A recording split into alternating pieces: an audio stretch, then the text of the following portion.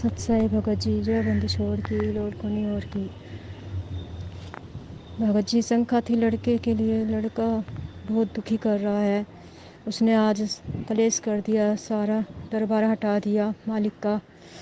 बस जोत चल रही थी, उसके आगे मैं खड़ी थी, मुझे मारा, मेरे ऊपर चाय फेंकी और कह रहा था कि यहाँ रंडीबाज होती है, यहाँ रंडीबाज करती हो तुम, ये वाणी आनी चलनी चाहिए, सत्संग नहीं चलनी चाहिए, यहाँ पे मेरे को आवाज़ नहीं आनी चाहिए। मैंने इसको लैपटॉप दिलवा दिया था। लैपटॉप उठाने लगी तो उसने सारा तोड़ फोड़ कर दिया। अलमारी के सारी जो अलमारी में शीशा था वो सब भी कुछ तोड़ दिया। मैंने इसको दवाई दिलवा दी थी और दवाई थी नॉन वेज की। मैं नहीं जानती भगत जी कि मुझे दवाई दिलवानी चाहिए थी नहीं चाहिए थी। मुझे इतना ज्ञान नहीं है भगत जी की दूसरे को दवाई दिलवा देते हैं। और उस लड़के ने बताया था कि ये नॉन वेज की दवाई है। ये 10-11 दिन से ये मेरे साथ ऐसे ही कर रहा है। कल परसों ये मंदिर गया था, जन्माष्टमी का त्यौहार बनाने के लिए इसने मंदिर की सफाई करी। ये जानबूझकर मेरे साथ ऐसे कर रहा है। रात ये बहुत सारे केले ले आया, फ्रिज भर दिया केलों से। अब मैंने कहा ये केले क्यों लाया, नु कह तुम्हें क्या हो रहा है, मुझसे लड़ने लगा।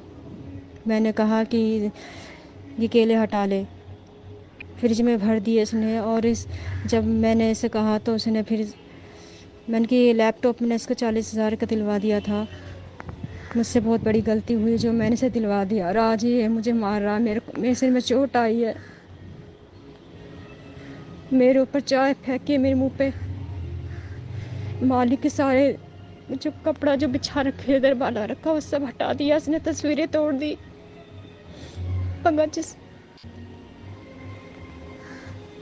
मुझे इतना भी नहीं पता चल रहा कि मुझसे गलती कहाँ हो गई, कहाँ मर्यादा टूटी है।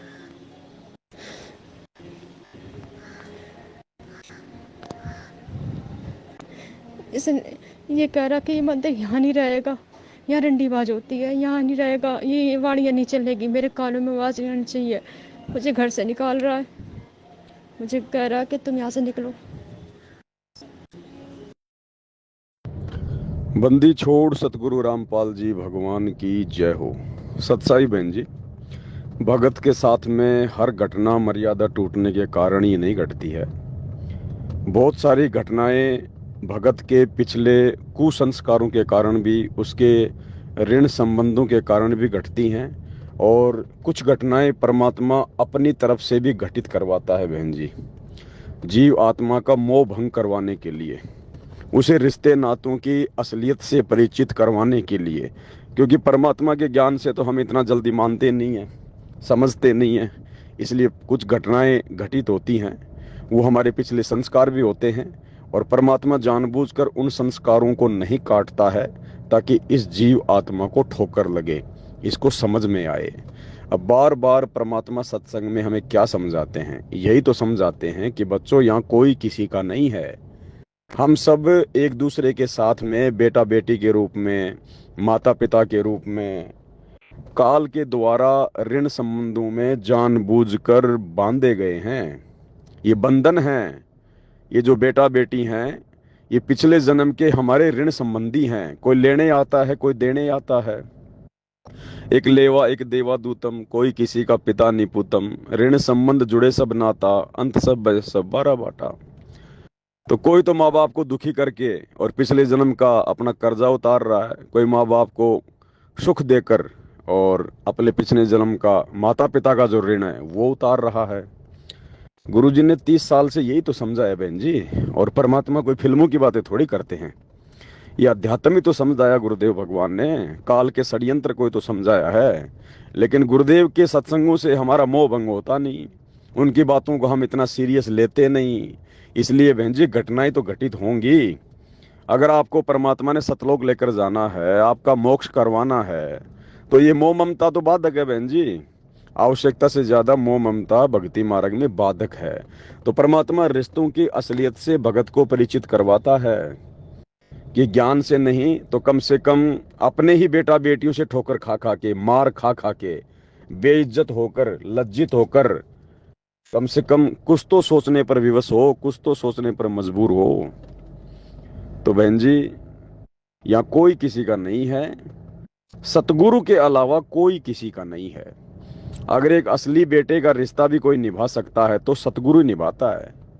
असली माँ बाप का रिश्ता भी कोई निभा सकता है निस्वार्थ भाव से तो वो भी सतगुरु ही निभाता है बहन जी। ठीक है, आपको नाम दीक्षा प्राप्त है, परमात्मा की शरण में हो, लेकिन आपने ये गलतियां नहीं करनी है। अगर ये शराब पीने की आदत, नॉनवेज खाने की आदत, बहन जी अगर ये गोली दवाइयों से ठीक होती तो परमात्मा को धरती पर आने की जरूरत नहीं थी। हम पागलों के बीच में गुंडा और भुंडा कहलवाने की जरूरत नहीं थी। सत्संग करके दुनिया से दुश्मनी मोल लेने की जरूरत नहीं थी। अगर गोली दवाई खाने से लोगों का मांस छूट जाए, लोगों की शराब छूट जाए, तो आपने जो कर्म किया है ये परमात्मा की मर्यादाओं के विरुद्ध कर्म है। इसके लिए तो आप जी गुरुदेव भगवान से माफी मांगो, आगे से ध्यान रखना।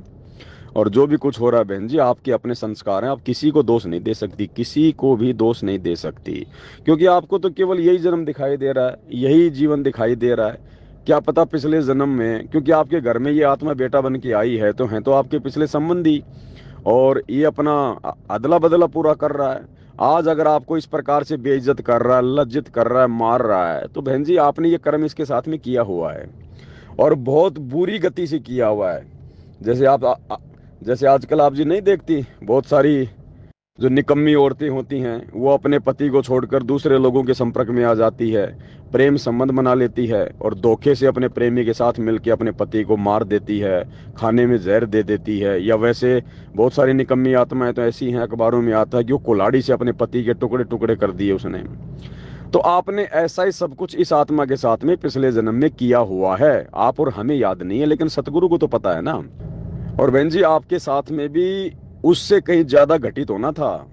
आपके इस बेटे के द्वारा आपको इसी प्रकार से मारना था, पीटना था, लज्जित करना था, बेइज्जत करना था, लेकिन परमात्मा हल्के में करवा रहे हैं, घर के घर में करवा रहे हैं। नहीं तो चौराहे पे खड़ा होकर थप्पड़ मारने थे, मार पिटाई करनी थी। तो बहन ये पिछले ऋण संबंध हैं, हम किसी को दोष नहीं दे सकते, दोष अपने कर्मों का है। तो इसका सीधा सीधा सा समाधान तो गुरुदेव भगवान ने हमारे को सत भक्ति देकर दे ही दिया है। तो हमारा सबसे पहला तो कर्तव्य है कि मर्यादा में रहकर परमात्मा की सत भक्ति करें। और यदि आपके साथ ऐसा फिर भी कुछ हो रहा है तो बहन जी यही सोच के चलना पड़ेगा कि परमात्मा सूली की सजा कांटे में डाल रहे हैं। सूली की सजा कांटे में, संत शरण में आने से आई टले बला, जय मस्तक में सूली हो कांटे में टल जा।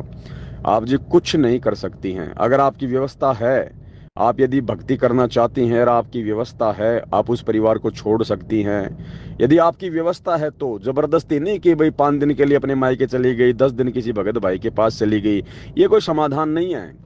अगर आपको हद से ज्यादा दुखी करते हैं और आपको भक्ति करनी है और आपका यदि व्यवस्था है तो आप जी कहीं और जाके अपना मकान लेके रहो, अपना छोटा मोटा कोई फैक्ट्री में काम धंधा करो। और नहीं है तो बहन जी फिर परमात्मा से प्रार्थना करती रहो, और जो कर्म है परमात्मा उसको हल्के में काटेंगे, क्योंकि तेल बहन जी तिलों में से निकलेगा।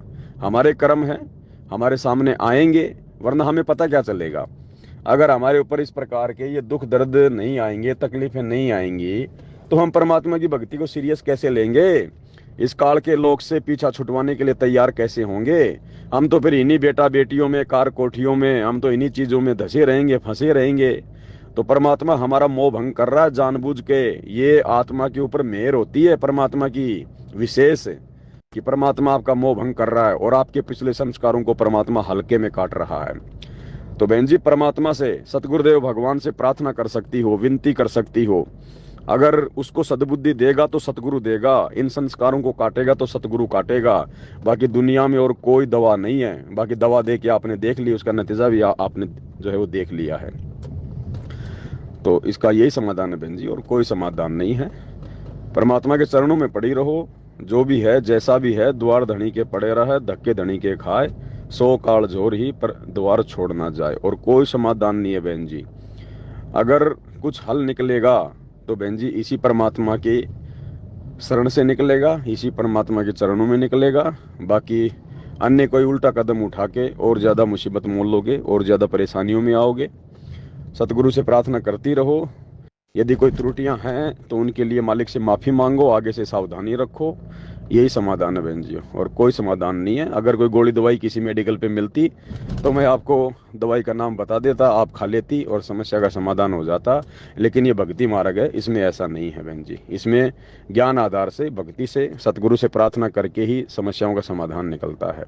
सत साहिब।